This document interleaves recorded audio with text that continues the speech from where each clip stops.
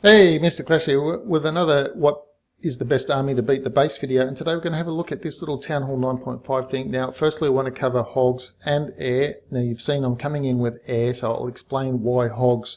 Hogs possibly could have worked, but in terms of just looking at this base. Now, this area over here has 5 spaces, so it can hold 2 large bombs and 2 small bombs. And if the defender knows about that particular trick, 2 large bombs and 2 small bombs, any hogs that path like that will go over this area. All those 4 bombs will go off, and that will kill hogs even under heal. So this was a double bomb threat area. This was a double bomb threat area. There's a bomb threat area here. There's one here. Obviously there's a small one there. There's one near the Queen, and you've also got another threat over here for a bomb, and as well as the bomb tower. So in terms of hogs, you definitely will need a heal here because there's a bomb tower and a king. You definitely need a heal here. You would put a heal here, and if there was that double bomb threat was with the 2 little bombs was there, if that was actually there, that would be no good for your hog. So having looked at that, coming over to what's the logical place to for my hog attack, I want to take out the Queen, clan castle, neutralize bomb threats and whatever, and an expo, and this is the logical place to come in and get an expo. Logical. So in terms of the reality of getting a good kill squad into this, if you come in from here and crack this wall, golems will path this way, and that's no good at all. So if you come in and crack this wall, which is great, this left-hand golem might path this way, the right-hand golem will path that way, king will go in. Now this is fine because you're probably going to have all of this trash cleared up, and there's no issues about getting the king in. If you do the funneling right, the king will go in. However, you do have to drop the queen out here somewhere, like you do have to drop the king. Now that causes a little bit of an issue, because if the queen steps up and shoots this cannon, the next closest thing will be the mortar or the archer, depending on which side of the cannon she goes on.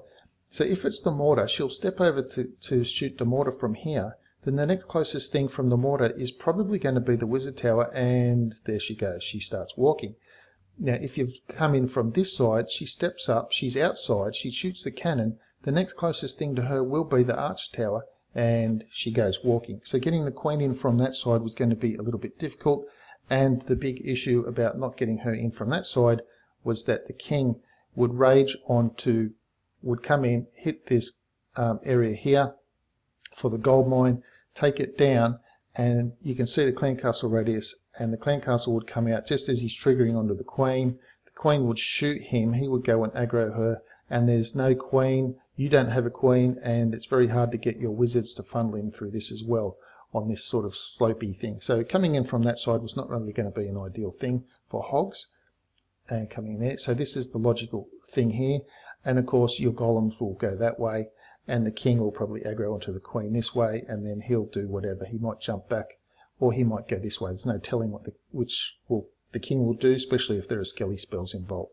So you'll at least neutralize this threat, and probably this will be null and void as well. And your hog kill squad will take out at least that, which means you could hog this way, or you could hog the other way. But you've got to deal with this. You've got to deal with this area, and you can still do it. There's not an issue. But however, the really important thing on this base is not the bomb threats. It's what you can get if you do air.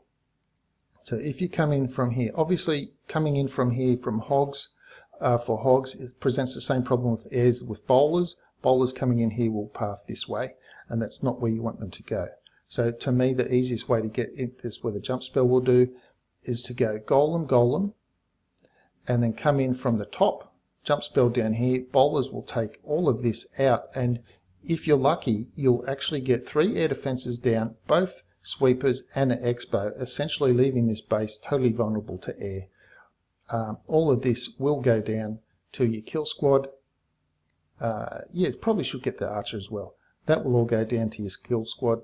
1 air defense, and then all these outside edges of balloons. So have a look at my army. 2 balloons, 2 balloons, 2 loons, 2 loons, 2 loons, and outside Tesla here, so 2 loons as well. I've got 3 haste spell and 2 rage, so I'll be hasting into that wizard. Haste into that wizard becomes part of the plan. So that's 2, 4, 6, 8, 10, 12 loons used or accounted for. I have 3 haste spells. I've accounted for 2, so that leaves me 1 haste spell up my sleeve and 2 rage spells for wherever I feel I need them in the base. And that is why air would be the better choice of the attack for this base. And that's what I did, obviously. And let's have a look how that overall decision-making process panned out, and with that plan as well. So you remember that I often talk about when I create a funnel, I like to leave things in the middle because I like my king and other things to use those as breadcrumbs to come jumping into the base. So this is one important thing that I've got going on here. There you go. Test wall breaker goes in, breadcrumbs are still up. My funnel wizards have done their outside job, bowlers come in, and now the bowlers have nowhere else to go. And just when we go into the next replay, I'll explain why there was a reasoning behind not going wider on the funnel. So jump spell's gone down, 1 poison spell. I'd normally bring 2, but I wanted the extra haste. Poison spells are down, golems on the left, king's gone to the right. Balloons are about to go down to poison. So that golems trigger the double bomb. There was a double bomb there. Skellies have popped in the middle. Bowlers will take those out. 1 air sweeper's gone down. Next air sweeper's about to go down. Dragon's over on the right hand side. Lava Hound coming in. Distracts the wizard, loons. Lava Hound coming in, distracts the left-hand archer, loons. Now I've got 2 balloons for the left Tesla, 2 for the wizard, drop the haste spell, and there we go. And now another 2 for those 2 archers, double finger drop, haste spell, here's the haste spell. And now I've got 1 haste spell and a rage up my sleeve, ready to get everything done and dusted. It's all just a matter of time. My queen has lost a tremendous amount of health, and I'll explain what happened to that when we watch the replay again. My 1 left balloon up in the top left, and I had 2 cleanup wizards, so I've dropped 1 at the right and I've dropped 1 at the bottom, down there on the bottom left. So the queen's going to shoot walls a bit. She'll take out a few other things. The balloons have split up down the bottom, and I've got lava pups to help clean up. So I've dropped the haste spell up the top to get that balloon pathing around quicker up there, and then I'll drop the rage spell up there in a second as well, and then that will be that's it for the base. You know it's a 3-star already. Okay, so now I'll just go back and I'll explain something here as well. All right, let's just stop there. Now this is really important for when you're going to be trying to do your funnel. I want to get the bowlers into this point here. Now I've talked about knowing where you can get your bowlers in by drawing lines between weapons and things, but the weapon's not the issue in this case.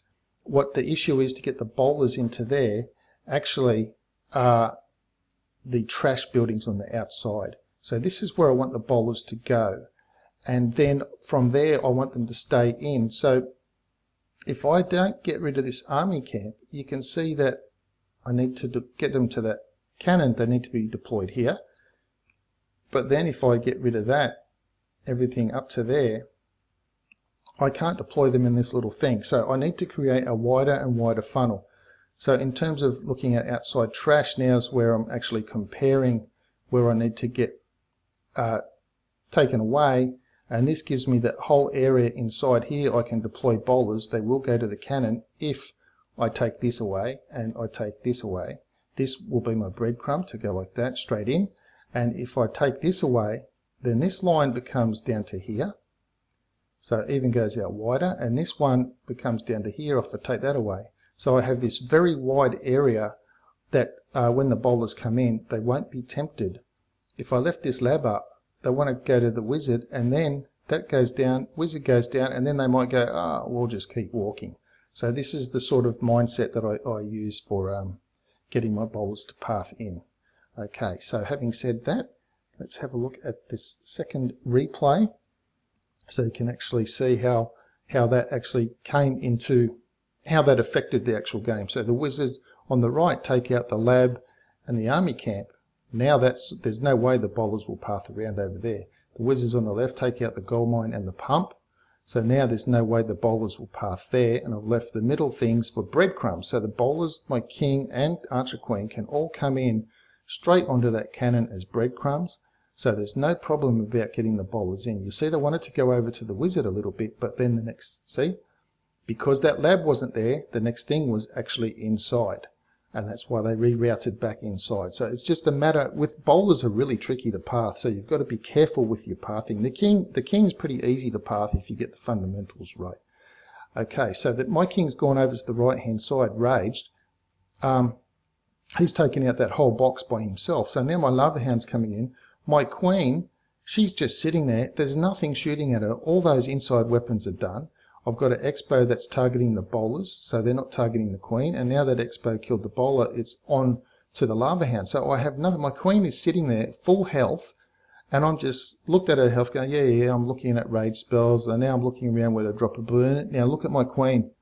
The enemy king has come over, and I haven't even noticed. And that's why I didn't phase my queen earlier. I hadn't even noticed that the enemy king had come over to start beating on my queen. Obviously, she just stepped inside of his range and triggered him to come over. And that is that's it for this base. So by having a nice little convenient intersection where one jump spell gave access to 3 air defense, an expo, and 2 air sweepers, to me, that just became a no-brainer decision for coming in with an air attack onto this base. And by counting up where I wanted to drop my balloons, that's how I came up with the number of balloons I had, and plus also having one left over, which is what I always like to do. And before I go, the question of the day. Seeing as I did an air attack with balloons, I think it's fitting that we have a balloon question. And so the question is, what music are balloons scared of? What music are balloons scared of? They're scared of pop. Anyway, that's it for today's video. Thank you very much for sticking around to the end. Please leave the video a thumb up. It does help the channel. Please leave the video a comment. Let me know what you thought of the attack or anything that I talked about in this video, maybe the funneling or something like that. Please subscribe to the channel if you haven't already. And I'll see you in the next video.